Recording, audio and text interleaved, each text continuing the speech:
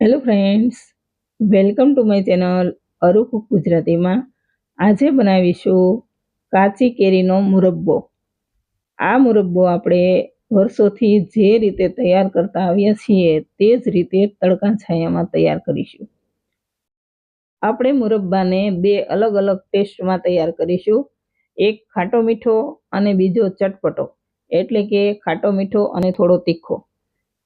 તો વિડીયો છેલ્લે સુધી જોતા રહો અને જો સારું લાગે તો લાઈક કરી દેજો, વધુને વધુ શેર કરી દેજો અને મારી રેસીપીના બીજા નવા વિડીયો જોવા માટે ચેનલને સબસ્ક્રાઈબ કરી દેજો.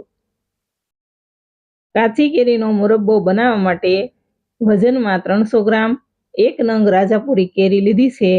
તેને બરાબર ધોઈ અને એકદમ સરસ કોરી કરી લીધી છે. મુરબ્બો રાજાપુરી કેરી સિવાય તોતાપુરી કેરીનો પણ બને છે, પણ રાજાપુરી કેરી થોડીક વધારે ખાટી હોય છે, એટલે તેનો મુરબ્બો એકદમ સરસ ખાટો મીઠો બને છે. એટલે આપણે રાજાપુરી કેરી લીધેલી છે.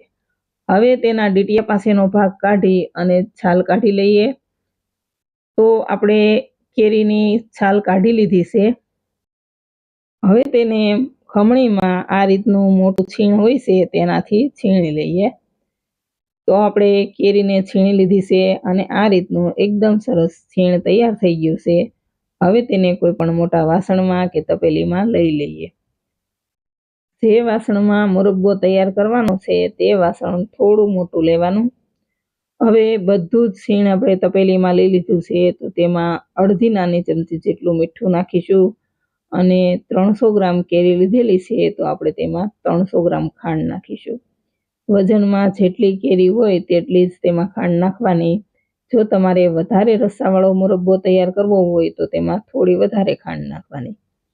હવે એકદમ સરસ મિક્સ કરી લઈએ. ખાંડ નાખી અને તરત જ મુરબ્બાને તડકે નથી મૂકવાનો. બધી જ ખાંડ પીગળે ત્યાં સુધી તેને ઘરમાં જ છાંયે રાખવાનો છે. તો ખાંડ એકદમ સરસ મિક્સ થઈ ગઈ છે.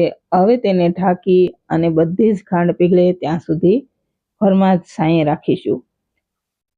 હવે 5 થી 6 કલાક પછી ખાંડ એકદમ સરસ પીગળી ગઈ છે, તો તેના પર કોઈ પણ કાળું કપડું બાંધી દઈએ. કાળું કપડું સૂર્યપ્રકાશ ખેંચે છે અને મુરબ્બો ઝડપથી તૈયાર થઈ જાય છે, એટલે આપણે કાળું કપડું બાંધેલું છે.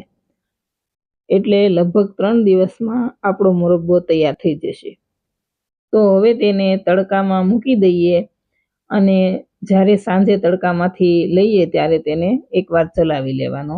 આ રીતે આપણે 3 દિવસ મુરબ્બાને તડકામાં મૂકેલો છે. 3 દિવસ પછી ખોલીને જોઈ લઈએ તો મુરબ્બો એકદમ સરસ રેડી છે.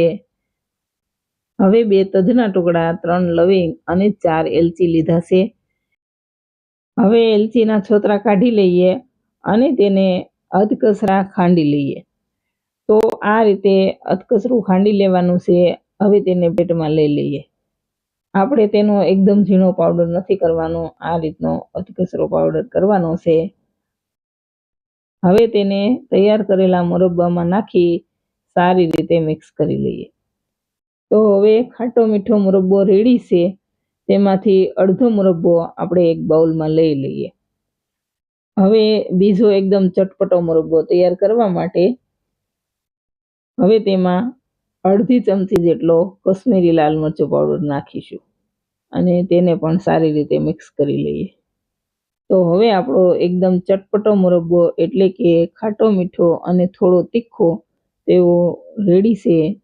તેને પણ બાઉલમાં લઈ લઈએ. હવે ચટપટા મુરબ્બાને પણ બાઉલમાં લઈ લઈએ. તો ફ્રેન્ડ્સ, રેડી છે 2 અલગ ટેસ્ટ સાથે, એક ખાટો મીઠો અને બીજો ચટપટો. વર્ષોથી જે રીતે તૈયાર કરતા આવ્યા છીએ તે જ રીતે તડકા છાયાનો મુરબ્બો. જો વિડીયો ગમે તો વિડીયોને લાઈક કરી દેજો, શેર કરી દેજો અને ચેનલ સબસ્ક્રાઈબ ન કરી હોય તો સબસ્ક્રાઈબ કરી દેજો. Thank you for watching.